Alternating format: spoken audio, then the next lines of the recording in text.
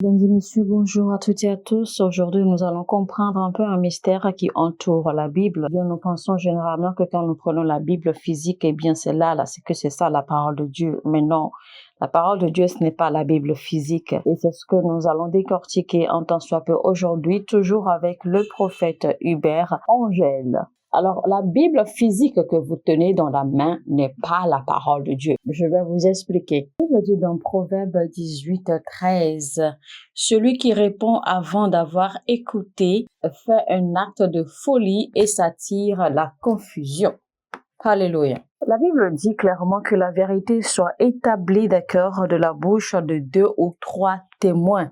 La Bible n'a pas parlé d'accusateurs, la Bible a plutôt parlé des témoins.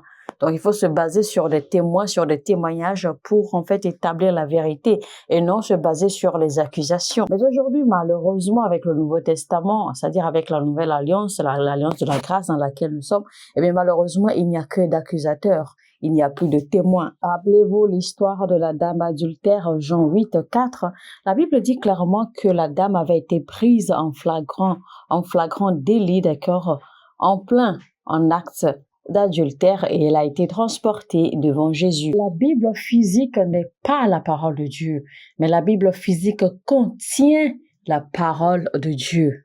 Parce que dans cette même Bible physique se trouve la parole de Dieu, la parole des hommes et la parole et certaines paroles du diable. Dans ce même livre, c'est-à-dire que la Bible physique, il y a les paroles de Dieu là-dedans, il y a les paroles des hommes, et il y a les paroles du diable là-dedans. La Bible dit dans Proverbe 4:22, « Car c'est la vie pour ceux qui les trouvent, c'est la santé pour tout leur corps. » Ça veut dire en fait que vous devez fouiller la Bible. Il y a des recherches à faire. Il y a des recherches à faire et à établir sur ce qui est écrit dans la Bible afin de trouver la parole de Dieu qui est écrite. Parce que comme je vous ai dit, eh bien, il n'y a pas que les paroles de Dieu qui sont écrites dans la Bible.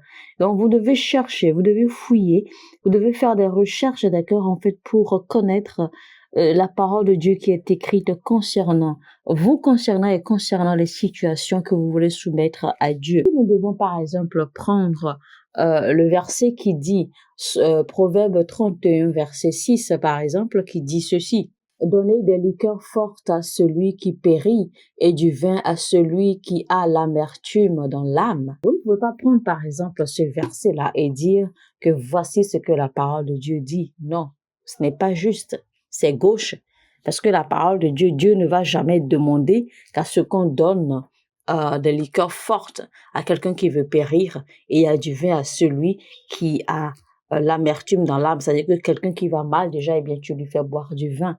Non, Dieu ne va jamais dire cela.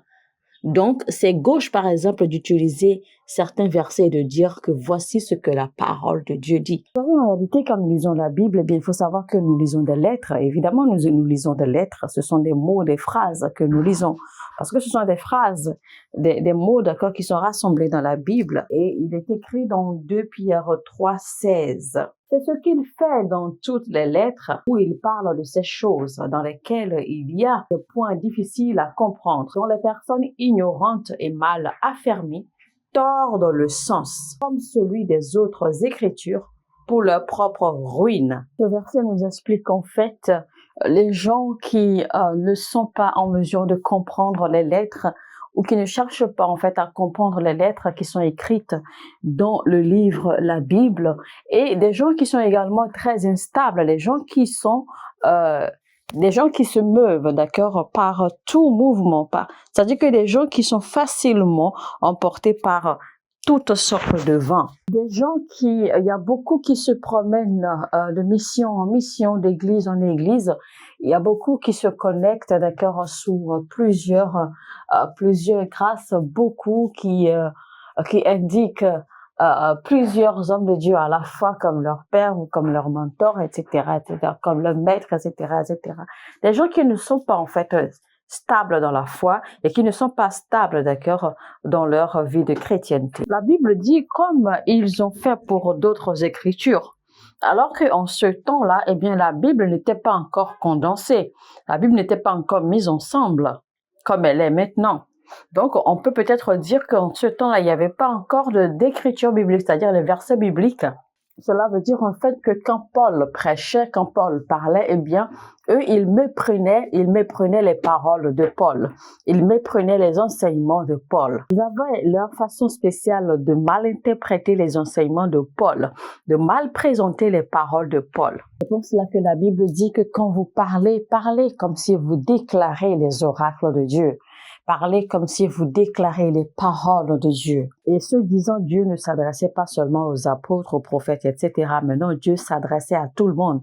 Dieu s'adressait à tous les enfants de Dieu, à vous et à moi. Il existe un langage dans le règne de l'esprit.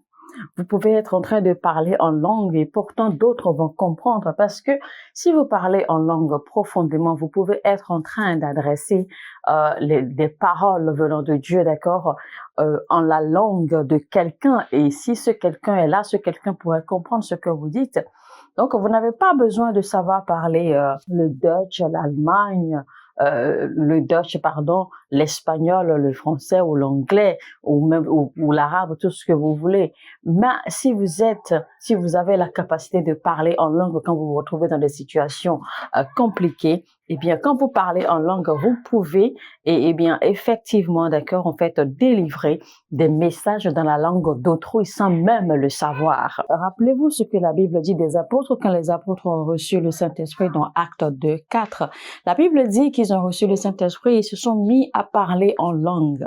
Ils parlaient en langue et ceux qui les entouraient, ceux qui passaient, en fait, les entendaient parler en de diverses langues et ils pouvaient les entendre parler, d'accord, dans leur propre dialecte.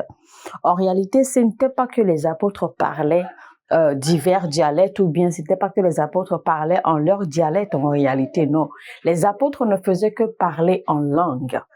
Mais la langue qui était transférée, en fait, traduisait en réalité les dialectes de ces gens-là et leur passait des messages de l'Éternel directement. Donc, la Bible physique que nous voyons, que nous tenons, en fait, est composée des paroles de Dieu, des paroles du diable, des paroles des hommes. Voilà pourquoi, en fait, il est important de lire et de méditer sur les paroles, sur les écrits de la Bible. Voilà pourquoi il est important de déceler et de chercher, d'accord, pour connaître, en fait, les paroles qui sont dites directement de Dieu, les paroles qui sont venues de la bouche du Maître, les utiliser en notre faveur.